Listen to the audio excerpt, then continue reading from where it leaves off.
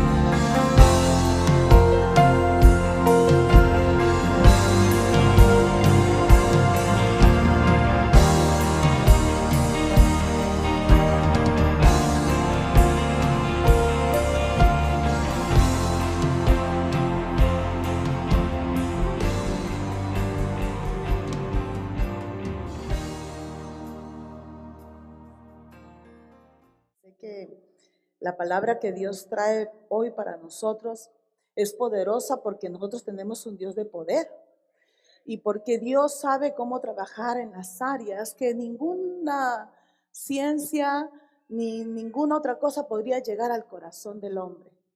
Y hoy el Señor nos va a dar la clave perfecta para ser esos hijos de Dios. ¿Cuántos quieren conocer eso? ¿Verdad que qué lindo que el Señor nos diga, oh, como hijo de Dios tú me tienes que amar, tienes que dejar el pecado, tienes que esto, pero Señor, ¿cómo se hace eso? Y la segunda parte de la enseñanza, se cambió el nombre, es continuación de eres o no eres, pero le puse el nombre inseparable. Ya le voy a decir ahí cómo es que, por qué le pusimos ese nombre inseparable. Así que, ¿qué tal si oramos? Pero antes de orar también déjeme decirle que Dios nos saca para bendición. El Señor le dijo a Abraham, deja tu tierra, deja tu parentela, deja lo que tú has estado acostumbrado a hacer, a moverte. Ven, yo te voy a mostrar algo diferente. Y ciertamente nosotros teníamos ya que dejar porque ya Dios nos había dado un lugar. Así que le damos gloria al nombre de Dios porque sé que el Señor nos saca para bendición. Y hoy día dependiendo, aleluya, dependiendo de cómo su corazón reacciona, esta fórmula funciona. Si no, no funciona, pero funciona 100%. ¿Ok? ¿Qué tal si oramos y le damos gracias a Dios? Padre, en el nombre de Jesús, nosotros venimos delante de tu presencia, delante del Dios de los cielos, delante del que nos formó en el vientre de nuestra madre. Éramos chiquititos, pero veníamos tocados con el poder de Dios. Éramos pequeñitos, diminutos, pero veníamos cargando la imagen del Dios Santo. Señor amado, y nuestra vida se corrompió, pero tú preparaste el cuerpo de Jesús para volvernos a traer a tu redil, para volvernos a dar una nueva vida. Y en este día yo te pido que tu palabra nos liberte de la manera como pensamos, que nos liberte de la manera, Señor, como sentimos muchas veces, y que seamos tocados por el poder tuyo, Dios mío. Señor, que tu palabra, como dice Hebreos, sea esa espada que traspasa y penetra y descubre la intención que puede estar bien escondida, pero la descubre. Y cuando es descubierta, Señor, se puede hallar sanidad. Padre, gracias. Bendito sea tu nombre. En el nombre de Jesús oramos. Amén y amén. Amén. Los seres humanos reaccionamos de diferentes maneras. Si usted ha estado en nuestros países y de pronto viene un temblor, yo voy a ser la primera que salga corriendo. Tengo terror a los temblores. No sé cuántos aquí tenemos terror a los temblores, pero medio que se mueve algo y salgo corriendo, ¿verdad? Entonces los seres humanos reaccionamos. Y por eso la prédica de hoy se titula Inseparable, porque es imposible ser un verdadero hijo de Dios sin la palabra y sin el Espíritu, y viceversa. Si usted tiene, yo tengo palabra y espíritu, algo sucede. Si no hay palabra, el espíritu, ¿con qué trabaja? Si el espíritu está en nosotros, su gasolina es la palabra de Dios. Por eso esta fórmula funciona. Inseparables, el espíritu con la palabra y viceversa. Y quiero que vayamos nosotros a Isaías capítulo 53. Voy a dar unos versículos introductorios antes de entrar a la enseñanza. Isaías 53, si usted es tan amable y me ora conmigo, lee conmigo esta enseñanza, ¿verdad? Y hoy sí no me vinieron a sacar el agua, ¿no? La próxima voy a traer un barril así, ¿ves? Para que nadie lo mueva. Mire, Isaías 53:10. Con todo eso, está hablando de Jesús, Jehová quiso quebrantarlo, sujetándolo a padecimiento. Cuando haya puesto su vida en expiación por el pecado, verá linaje, vivirá por largos días, y la voluntad de Jehová será en su mano prosperada. Verá el fruto de la aflicción de su alma y quedará satisfecho. Por su conocimiento justificará mi siervo justo a muchos y llevará las iniquidades de ellos. Por tanto, yo le daré parte con los grandes y con los fuertes repartirá despojos. Por cuanto derramó su vida hasta la muerte y fue contado con los pecadores, habiendo él llevado el pecado de muchos y orado por los transgresores. Hermano, está hablando de Jesús. El Señor le dio un ministerio a Jesús. El Señor lo llamó a morir por cada uno de nosotros. Pero antes de eso dice que Dios lo quebrantó. Y Jesús se sometió al quebrantamiento de Dios. Yo no sé cómo tú vas a reaccionar hoy con la palabra. Si tu corazón se va a quedar insensible a la palabra y al Espíritu, si tú vas a resistir su obra, o tú vas a hacer y yo voy a hacer humilde y mi cerviz se tiene que doblar para que Dios pueda quebrantar y tratar con las áreas internas de mi vida. Jesús, para ver la victoria, tuvo que ser quebrantado. Jesús, para ver a muchos, tuvo que ser sacrificado. ¿Sabe? Depende cómo usted reaccionemos al propósito y a la voluntad de Dios, es que el Espíritu Santo empieza a obrar con la palabra de Dios. En Segunda de Crónicas, capítulo 36, versículo 11 y 12, era un rey, Sedequías.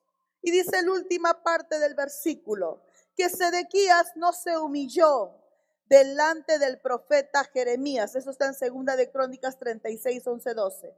Y no se humilló delante del profeta Jeremías, que le hablaba de parte de ¿quién? Le hablaba de parte de Jehová. Hermano, ¿cómo está tu corazón? ¿Cómo está mi corazón cuando Dios lo quiere liberar? Cuando Dios lo quiere sanar, cuando Dios lo quiere llenar, cuando Dios lo quiere restaurar. ¿Nosotros reaccionaremos con humildad o reaccionaremos con orgullo? Depende de usted y de mí. Hechos 7:51. Acá dice la palabra que el Señor, ¿verdad? Está hablando Esteban, duros de cerviz e incircuncisos de corazón y de oídos. Vosotros resistís siempre al Espíritu Santo, como vuestros padres, así también vosotros. Era Esteban que estaba diciéndole al pueblo cómo estaba la condición espiritual de ellos. Si bien es cierto, habían pasado por una circuncisión física, su corazón no había pasado por una circuncisión espiritual. Vamos al libro de Éxodo capítulo 3, versículo 2 y 3. Y mire cómo reaccionó este hombre frente a la presencia de Dios. Ahora, cuando estábamos en la adoración, si usted y yo vinimos a adorar en espíritu y en verdad, ciertamente el Señor se manifestó. Porque esa es la atmósfera en la cual Dios se mueve en la adoración. Versículo 3 dice: apacentando Moisés las ovejas de Jetro su suegro, sacerdote de Madián, llevó las ovejas a través del desierto y llegó hasta Horeb, monte de Dios. Y se le apareció el ángel de Jehová en una llama de fuego en medio de una zarza. Y él miró y vio que la zarza ardía en fuego, pero algo pasaba con la zarza. La zarza no se consumía. Entonces Moisés dijo: iré yo a ver y veré esta grande visión, ¿por qué causa la zarza no se quema? Viendo Jehová que él iba a ver, lo llamó Dios en medio de la zarza y dijo: Moisés, Moisés. Y él respondió: heme aquí. Hermanos, cuando Dios te muestra su palabra, cuando Dios empieza a tocarnos con su espíritu, Él te va a llamar. Depende de nosotros cómo es nuestra actitud ante la presencia de Dios. Amén. Jonás 3. Jonás, quizás solamente lo vamos no lo vamos a leer. En el tiempo de Jonás, ¿qué pasó? Jonás vino y el Señor le dijo: vaya, predique que Nínive va a ser destruida, ¿cierto? Y Jonás fue y predicó que Nínive iba a ser destruida. ¿Y el pueblo qué hizo? ¿Cómo reaccionó? Con humillación. Se arrepintieron. Y hoy vamos a ver a través de la palabra qué área de nosotros Dios quiere tocar. Vamos a ir a Hechos. La palabra está en Hechos. Ahí vamos a estar. ¿Okay? ¿Cómo reacciono yo a la palabra de Dios? Capítulo Hechos.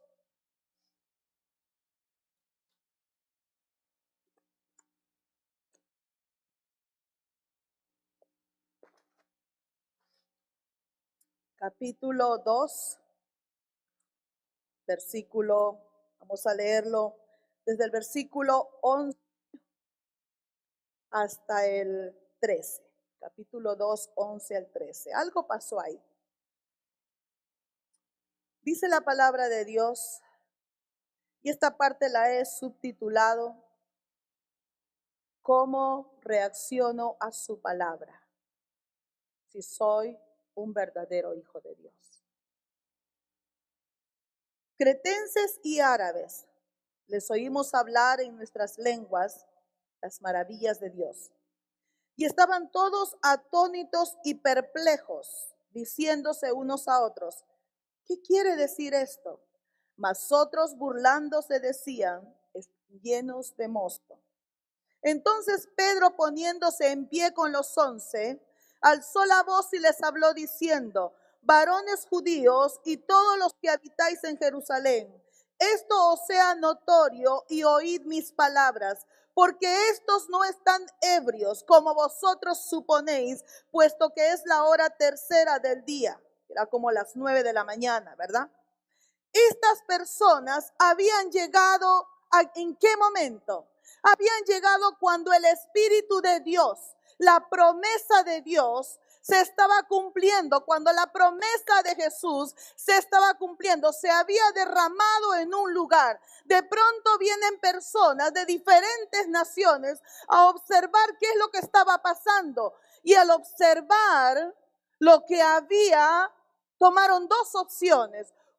Se quedaron perplejos, ¿qué está pasando aquí? No sabemos, no entendemos. Y otros empezaron a burlarse.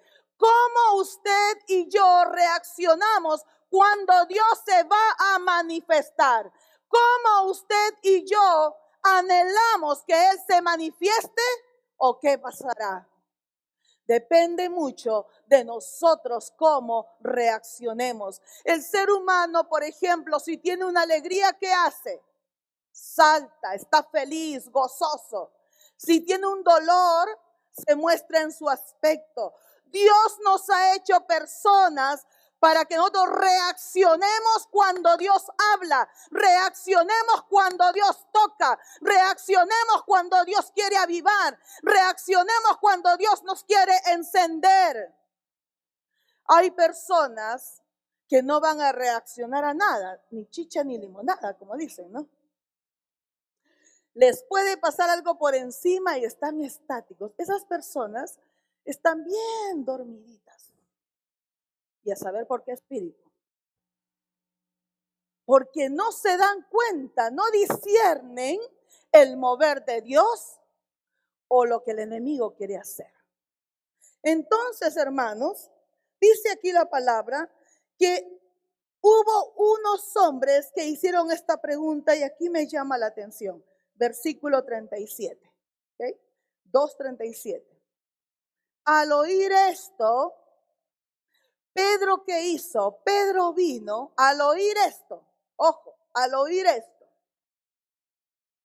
El apóstol Pedro, de una manera bien sencilla, empieza a hablarles de quién era Jesús, el varón aprobado por Dios, y que ese varón aprobado había sido crucificado, llevado a la cruz por ellos mismos, pero que a ese varón aprobado llamado Jesús, el Señor lo había hecho Señor y Cristo. Cuando estos hombres escucharon el mensaje en la persona de Jesús, reaccionaron. Al oír esto pasó algo. ¿Se compungieron de qué? Se compungieron de corazón. ¿Cómo está tu corazón? ¿Cómo está mi corazón? Para que Dios lo toque. ¿Cómo estamos para que Dios nos toque? El Señor dice que va a quitar el corazón ¿de qué? De piedra. Y va a poner un corazón ¿de qué? De carne. ¿Cómo está nuestro corazón?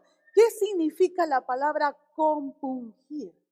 Porque yo puedo venir a la iglesia, hoy quiero que me den una revelación, que se me alumbre aquí, que quiera. No. Pero Dios va a tocar tu corazón. ¿Cómo está al oír? ¿Cómo está tu corazón al oír lo que Dios quiere tocar, lo que Dios quiere hacer? La palabra compungir. ¿Qué significa la palabra compungir?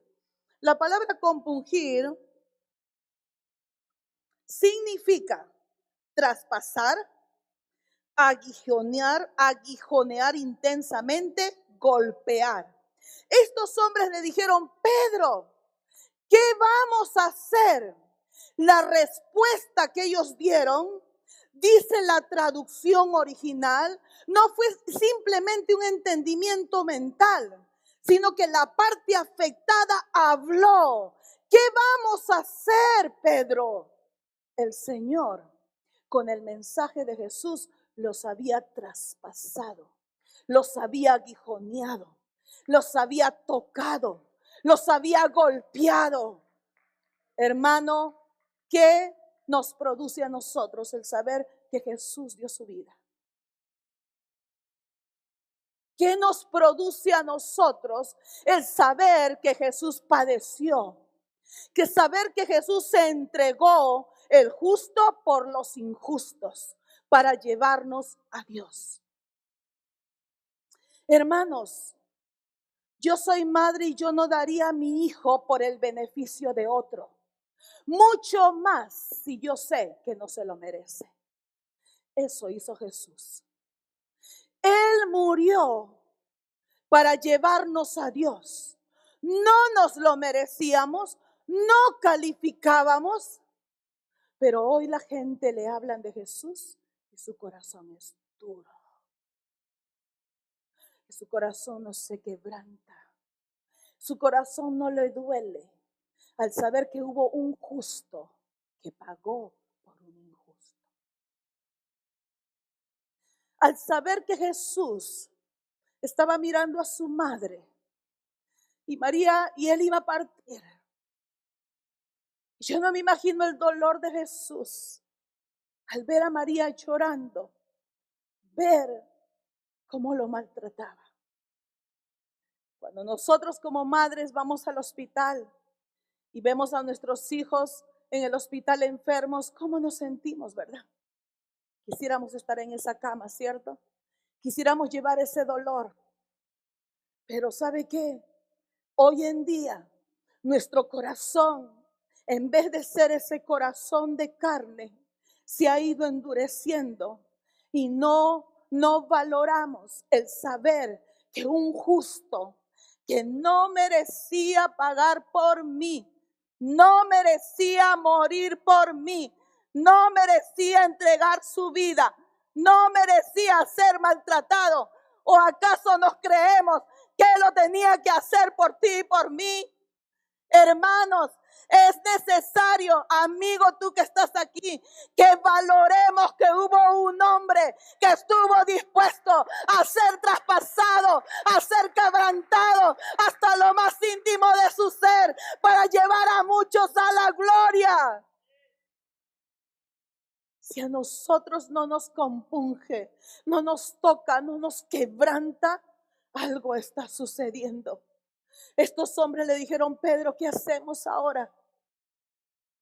Porque sus corazones fueron compungidos, sus corazones fueron traspasados. El corazón de ellos reaccionó con dolor a esa predicación.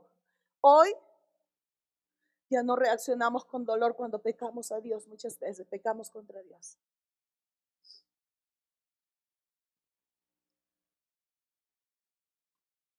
Si estamos mal, oh, estoy mal.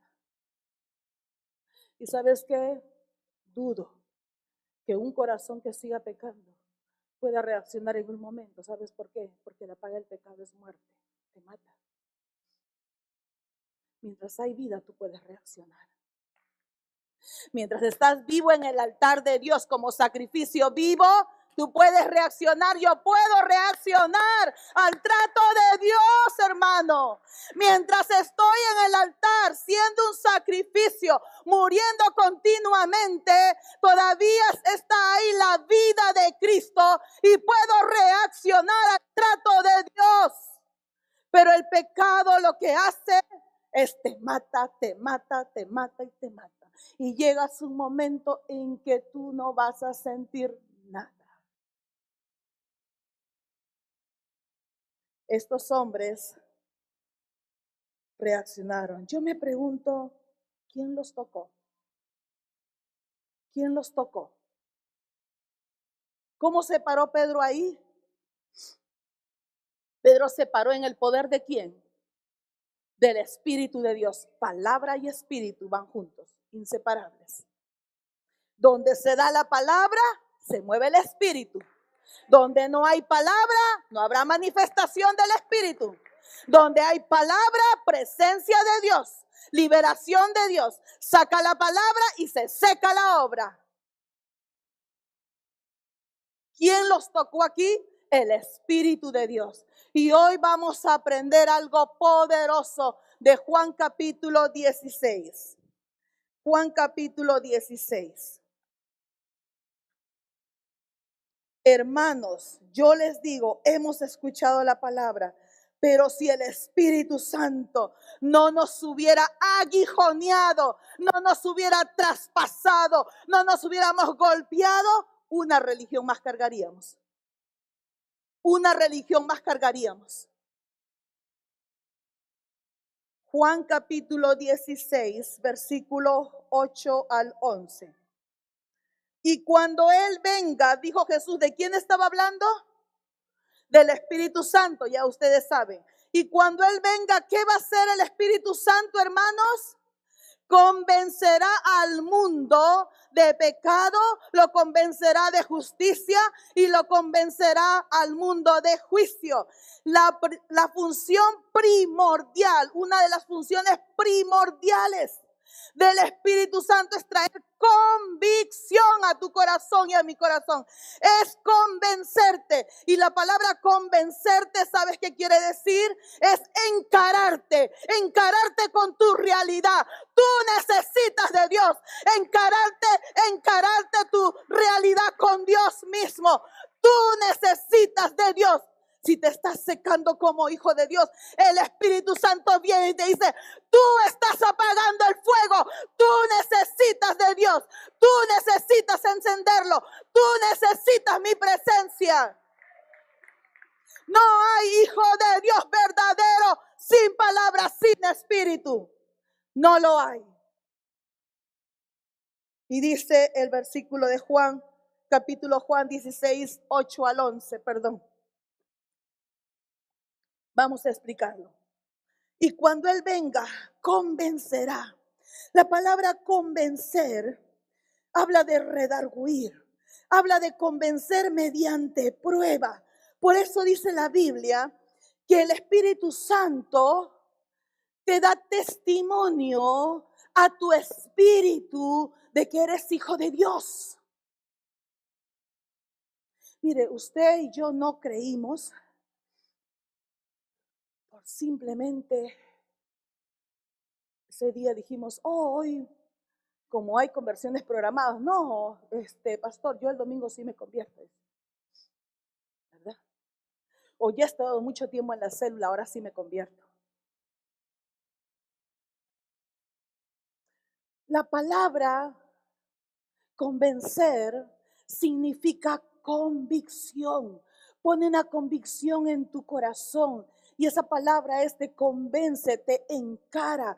¿Con qué nos encara? Aquí lo dice. Primero, con la realidad de que no creen en mí. ¿Sabe que el problema de la humanidad, ya sabemos que la humanidad está en pecado? Ese no es el mayor problema.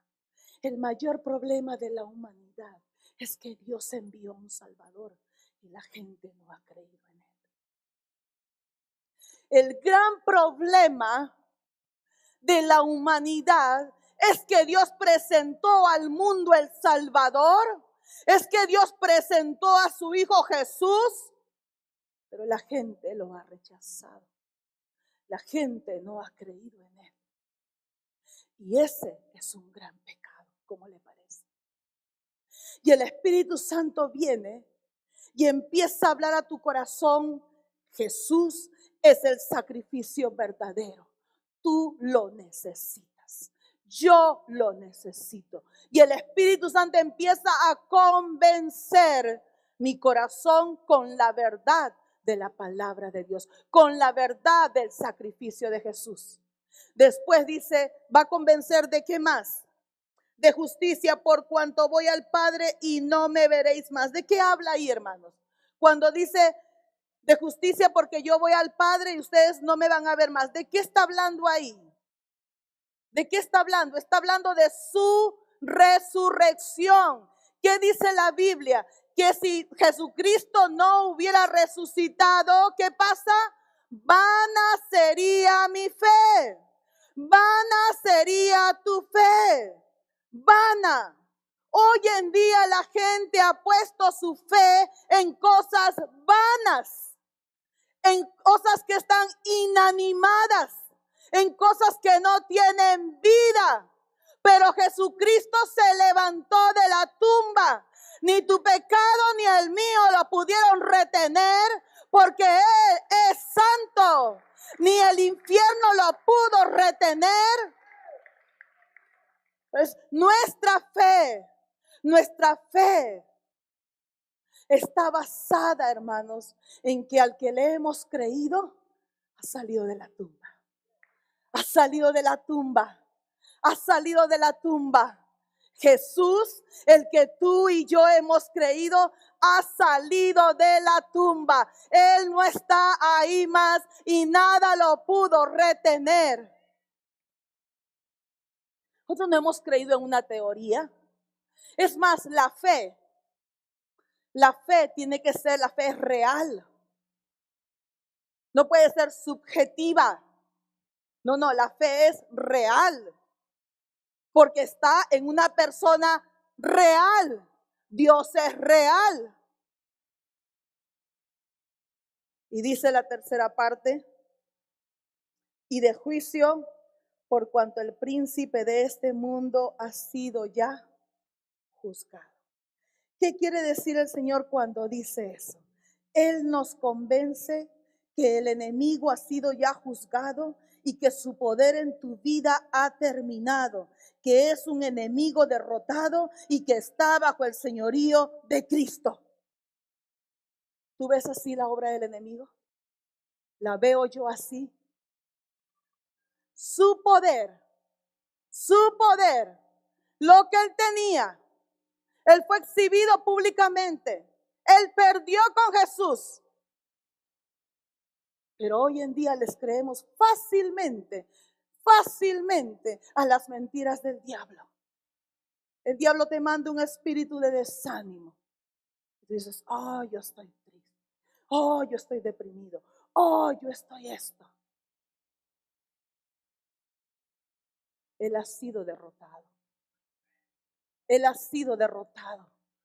Hermanos, el enemigo ha sido derrotado.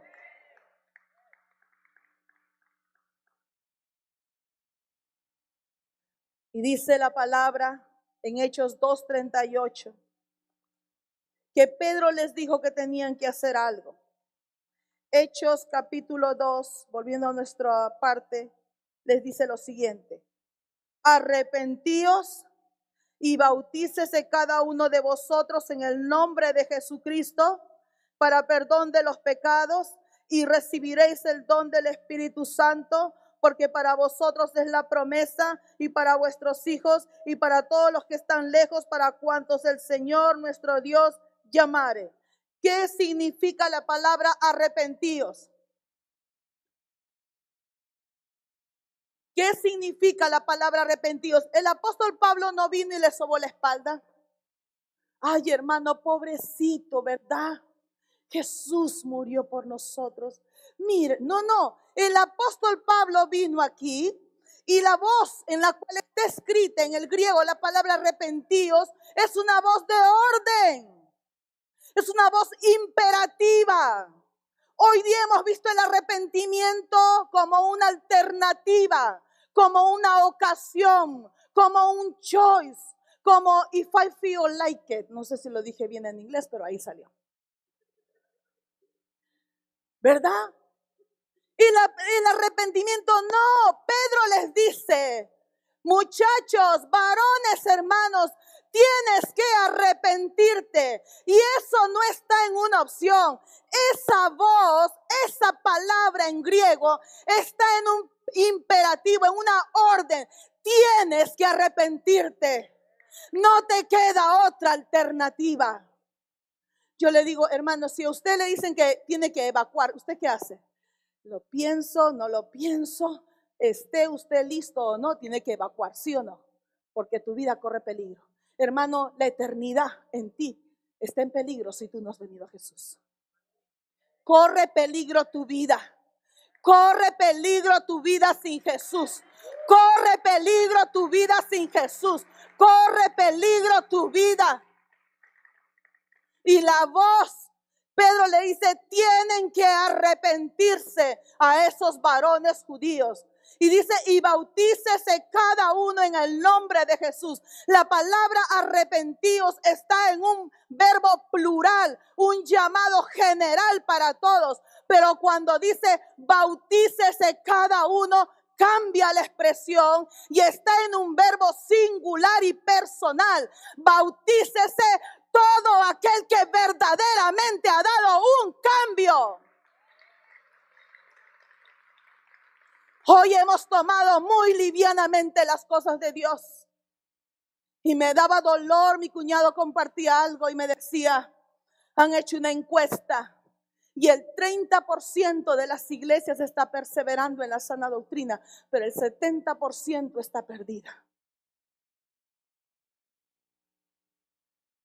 Hermanos, Pedro les dijo a ellos, tienen que arrepentirse. Y arrepentimiento está en la voz imperativa, es una orden, un mandato, no una opción. No es si sientes, porque si sientes, el corazón te puede engañar. ¿Cuántas veces no nos ha engañado para hacer o no hacer la voluntad de Dios? La palabra de Dios en arrepentíos, en el original aquí quiere decir, cambia tu modo de pensar y de vivir.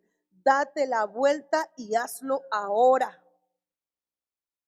No lo dejes para después. No lo dejes para mañana. Y en Hechos 3:19, el mismo mensaje para el otro grupo de personas. Así que arrepentíos, pero aquí le agrega algo más. Yo no sé qué vio Pedro. Yo no sé si vio Pedro gente vacilante.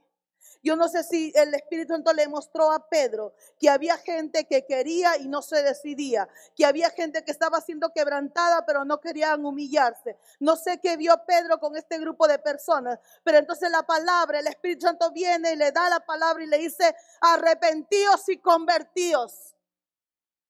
Entonces, ¿qué quería decir con convertíos? Convertíos quiere decir, vuelve a Dios de una manera decisiva, tanto en tu conducta como en tu mente. Entonces Pedro está con otro grupo de personas y el Espíritu Santo, como conoce la condición del corazón, le dice, ok, les voy a decir que se tienen que decidir. Como Elías, ¿verdad? Elías que le dijo, vamos a decidir quién es el Dios aquí, ¿cierto? Vamos a decidir y el Señor, el que es verdadero, se va a manifestar. Hermano, Dios es real y se manifiesta a su pueblo. Dios es real y sigue tocando. Dios es real y se sigue manifestando. Y le dice, y mire la respuesta de ellos. Versículo 40, capítulo 2, Hechos. Y con otras y muchas palabras testificaba y les exhortaba diciendo, sed salvos ¿de qué? Sed salvos de esta perversa generación. Así que los que recibieron su palabra fueron bautizados y se añadieron aquel día como 3,000 personas.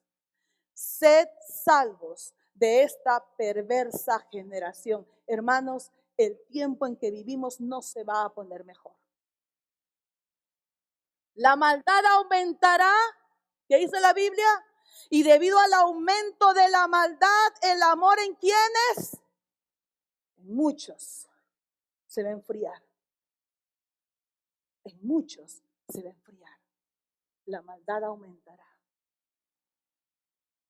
Hermano, yo no quiero ser agarrada en esa maldad, porque el corazón de uno es tan frágil y se puede engañar que cualquiera quizás podría engañarlo si no estuviera el Espíritu Santo ahí. Y esta gente, ¿qué hizo? Respondió al llamado, recibió la palabra de Dios. Vamos a ir a Lucas capítulo 24. Lucas capítulo 24.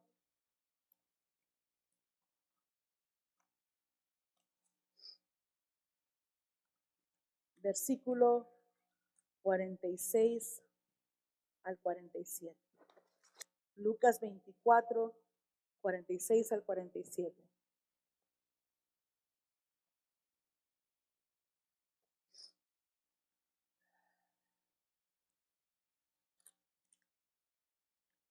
Dice la palabra.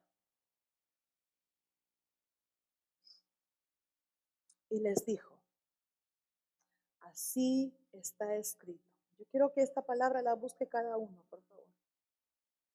Y la podemos leer ahí. Así está escrito. Y así fue necesario que el Cristo padeciese. Jesús no fue a la cruz deportivamente, hermanos. Jesús padeció. Jesús padeció. Y resucitase de los muertos al tercer día. Y que se predicase en su nombre el arrepentimiento y el perdón de pecados en todas las naciones, comenzando desde Jerusalén. Dice así la palabra. ¿Hasta dónde les dije? 47. Y que se predicase en su nombre el arrepentimiento y el perdón de pecados en todas las naciones, comenzando desde Jerusalén. ¿Cuántos aquí soportan una enfermedad? ¿Verdad que cuando uno tiene una enfermedad hay dolencia, hermanos? ¿Sí? ¿Verdad que el cuerpo duele? ¿Verdad que cuando hemos salido de una operación hay dolencia? El cuerpo de Jesús padeció. El cuerpo de Jesús sufrió. Y yo pido, verdad, en el nombre de Jesús, que nosotros no sigamos siendo más endurecidos. ¿Qué más Jesús tiene que mostrar en la cruz? ¿Qué más Jesús tiene que derramar en la cruz? Si Él ya pagó el sacrificio perfecto y derramó toda su sangre por la humanidad, por usted y por mí.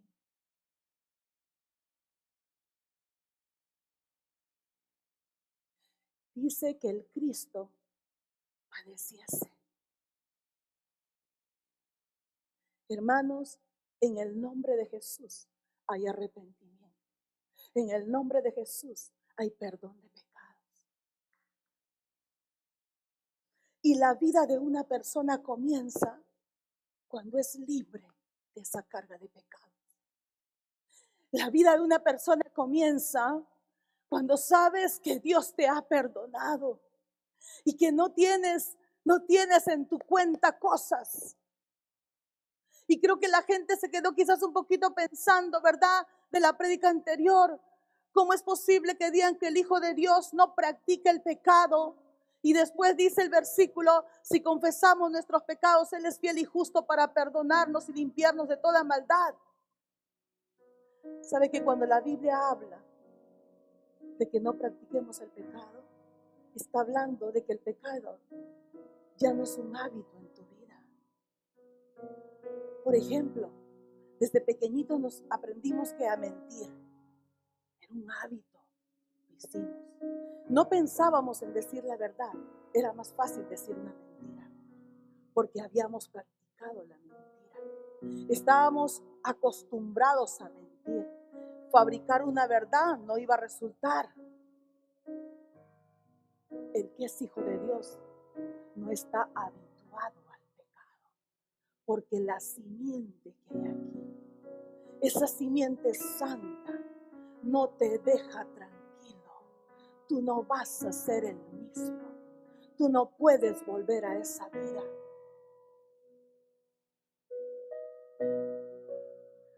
Y estos hombres aceptaron que Jesús era el Cristo, que Jesús era el Mesías. Y ellos abrieron su corazón a esta predicación. Habacuc capítulo 3 versículo 2 dice: Oh Jehová, he oído tu palabra y temí. Oh Jehová, aviva tu obra en medio de los tiempos, y en medio de los tiempos hazla conocer, y en la ira acuérdate de la misericordia. Habacuc estaba pidiéndole al Señor y le decía: Señor, yo escuché tu palabra y ha producido temor en mí. Hermano, si al escuchar la palabra ya no produce temor, pidámosle al Señor volver a su temor. Porque el que teme a Jehová se guarda del mal. El que teme a Jehová se aparta de todo camino que lo pueda contaminar. El que teme a Jehová se arrepiente si ha fallado. El que teme a Jehová sabe llegar a la cruz. Y Habacuc dice: Señor, aviva tu obra en mí, avívala en estos tiempos. Avívala. Hermanos, yo no sé cómo usted reaccionamos ante la administración del Espíritu de Dios. Yo le decía al Espíritu Santo: te doy gracias porque tú encaraste mi corazón con mi verdad. Porque hubo un tiempo, un día en el cual tú me llamaste para declararme que yo no estaba bien, que para donde yo iba me estaba alejando más de Dios. Y el Señor a tiempo rescató mi vida. Y el Señor me compungió, tuvo que Dios traspasarme con su palabra para poder mirar a ese Jesús que lo había dado todo por mí. Puedes hoy tú permitirle a Jesús que traspase tu corazón y puedas mirarlo y puedas mirar el sacrificio tan grande, tan valioso que Él ha dado por ti y por mí.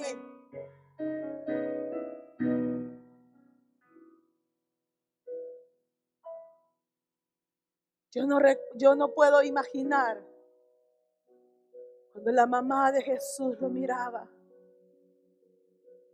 Jesús la miró. Sabía que no la iba a dejar sola. Y había preparado un discípulo, a Juan. Juan, tú te vas a encargar de mi mamá. Mi mamá, tú tienes un discípulo que te va a cuidar. Podemos comprender el corazón tan tierno y tan amoroso de Jesús, que está yendo a la cruz a morir, pero está cuidando de otros detalles. Podemos comprender a un Jesús que se ha dado allá en la cruz del Calvario y que Él es el único camino, no hay otro. Aunque intentes, no hay. Hoy el hombre quiere seguir viviendo en sus obras. Hoy el hombre quiere seguir sintiendo paz y justificación por sus obras. Pero la Biblia me dice que no va a pasar eso. Ningún hombre, ninguna persona va a ser justificada por lo que hace. Ninguna persona.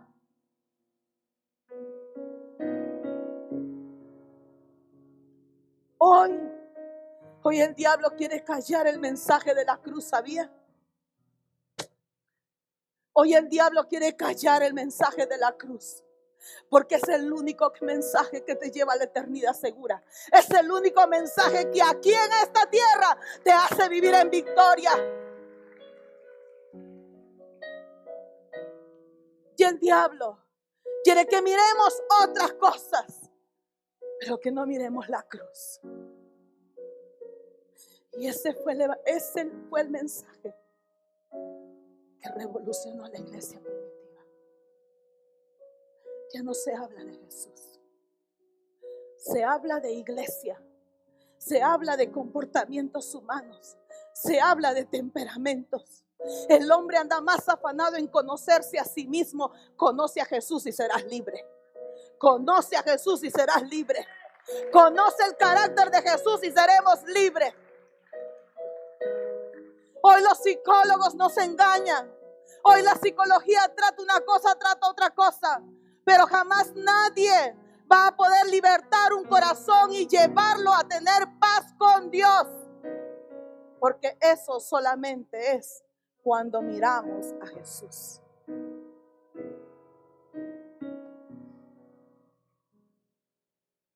Yo no he terminado, pero quiero por un ratito. Yo quiero que ahí cierres tus ojos, por favor. Cierra tus ojos por un ratito. Sé obediente. Cierra tus ojos. ¿Qué ves cuando ves a Jesús en la cruz del Calvario? ¿Qué vemos, hermanos?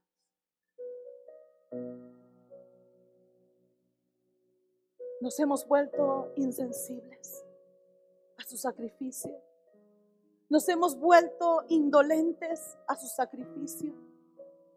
Nos hemos vuelto indiferentes al amor de Él demostrado en esa cruz.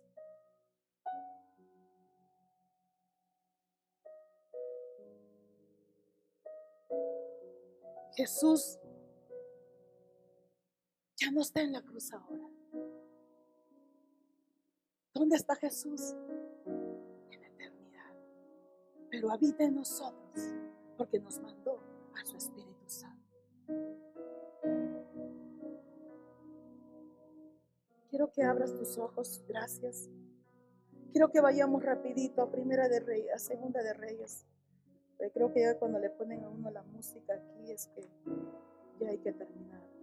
Segunda de Reyes, capítulo 2.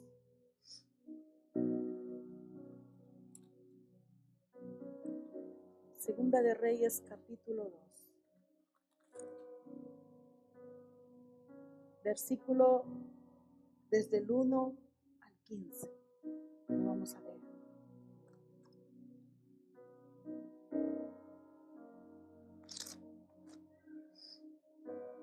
Llegaron los días, perdón, estoy en primera. Ay, discúlpenme. Segunda de Reyes 2, 1 al 15.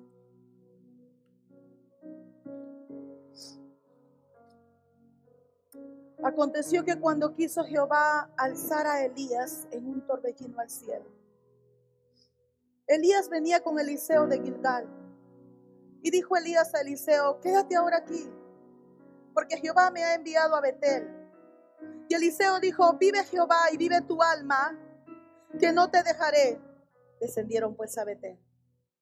Saliendo a Eliseo, los hijos de los profetas que estaban en Betel le dijeron: ¿sabes que Jehová te quitará hoy a tu señor de sobre ti? Y él dijo: sí, lo sé, calla. Eliseo lo sabía. Versículo 4. Y Elías le volvió a decir a Eliseo: quédate aquí ahora, porque Jehová me ha enviado a Jericó. Y él dijo: vive Jehová y vive tu alma, que no te dejaré. Vinieron pues a Jericó. Y se acercaron a Eliseo los hijos de los profetas que estaban en Jericó y le dijeron lo mismo: ¿sabes que Jehová te quitará hoy a tu señor de sobre ti? Él respondió: sí, yo lo sé, callad. Y Elías le dijo: te ruego que te quedes aquí, porque Jehová me ha enviado al Jordán. Y él dijo: vive Jehová y vive tu alma, que no te voy a dejar. Fueron pues ambos. Y vinieron 50 varones de los hijos de los profetas, y se pararon delante a lo lejos, y ellos dos se pararon junto al Jordán. Tomando entonces Elías su manto, lo dobló, golpeó las aguas, las cuales se apartaron de uno a otro lado, y pasaron ambos por lo seco. Cuando habían pasado, Elías dijo a Eliseo: pide lo que quieras que haga por ti, antes que yo sea quitado de ti. Y dijo Eliseo, te ruego que una doble porción de tu espíritu sea sobre mí. Elías le dijo, cosa difícil has pedido. Si me vieres cuando fuere quitado de ti, te será hecho, mas si no, no. Y aconteció que yendo ellos y hablando, he aquí un carro de fuego con caballos de fuego apartó a los dos. Y Elías subió al cielo en un torbellino. Viéndolo, Eliseo clamaba, Padre mío, carro de Israel y su gente de a caballo. Y nunca más le vio. Y tomando sus vestidos lo rompió en dos partes, alzó luego el manto de Elías que se le había caído y volvió y se paró a la orilla del Jordán. Y tomando el manto de Elías que se le había caído, golpeó las aguas y dijo, ¿dónde está Jehová el Dios de Elías? Y así que hubo golpeado del mismo modo las aguas, se apartaron a uno y a otro lado y pasó Eliseo. ¿Por qué traigo esta palabra ahora?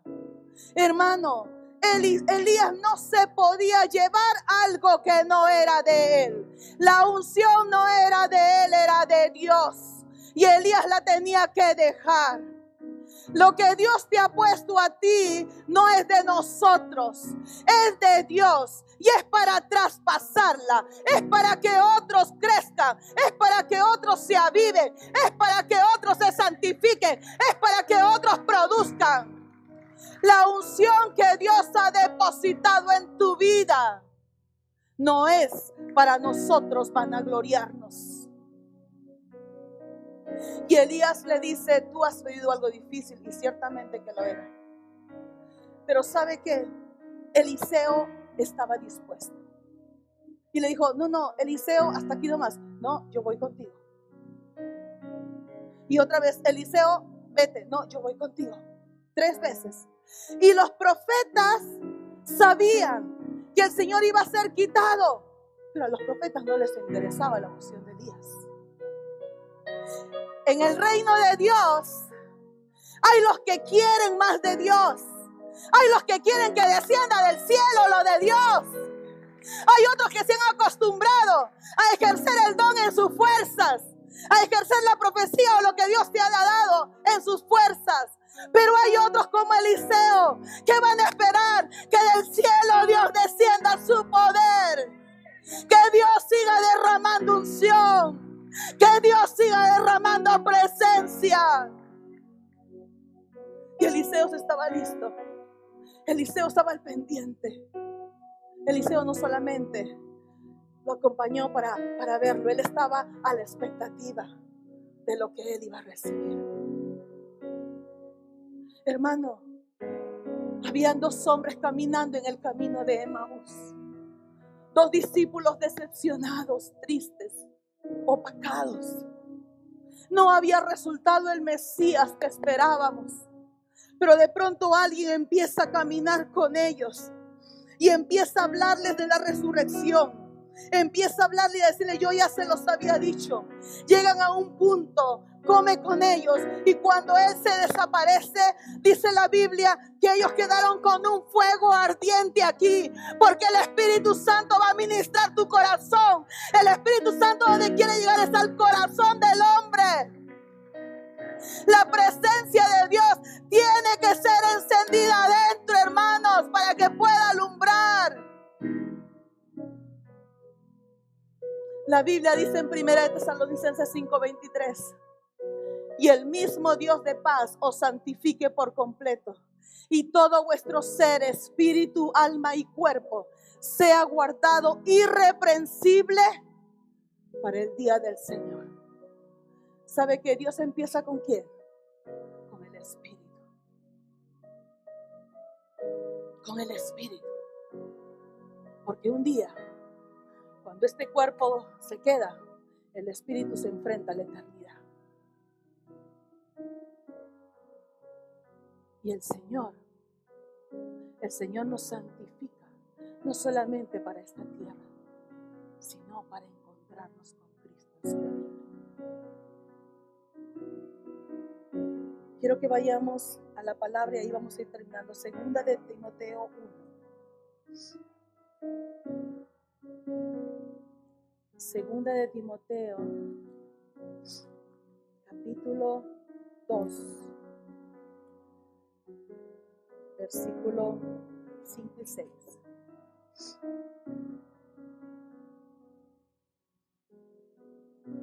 Segunda,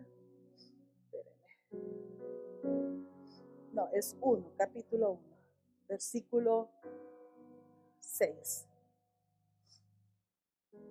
Versículo 6, 1:6. Por lo cual te aconsejo que avives el fuego del don de Dios que está en ti por la imposición de mis manos. Porque no nos ha dado Dios espíritu de cobardía, sino de poder, de amor y de dominio propio. El Señor, así como un día le dijo a este hombre, avívate, a Timoteo. ¿Sabe que la obra de Dios no se puede hacer con un espíritu apagado? La obra de Dios requiere valor, requiere esfuerzo, requiere decisión, requiere compromiso. En Romanos dice que debemos ser fervientes en espíritu. Dice no perezosos. Perezoso es aquel que vacila, es lento, según la traducción. Y el Señor dice, no nos quiere así. Y Él dice en su palabra, no apaguéis al espíritu. No contristéis al Espíritu de Dios, con el cual hemos sido sellados para el día de nuestra redención. Hermano, yo quiero que te pongas de pie.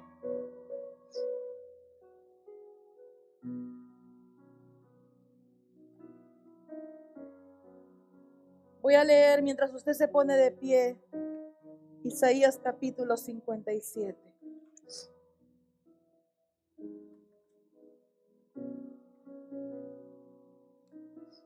Isaías capítulo 57 y el versículo 15.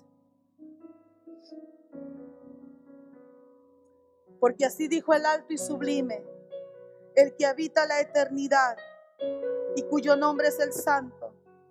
Yo habito en la altura y la santidad y con el quebrantado y humilde de espíritu, para hacer vivir el espíritu de los humildes y para vivificar el corazón de los quebrantados. Dios aviva corazones humildes. Dios trata con el humilde.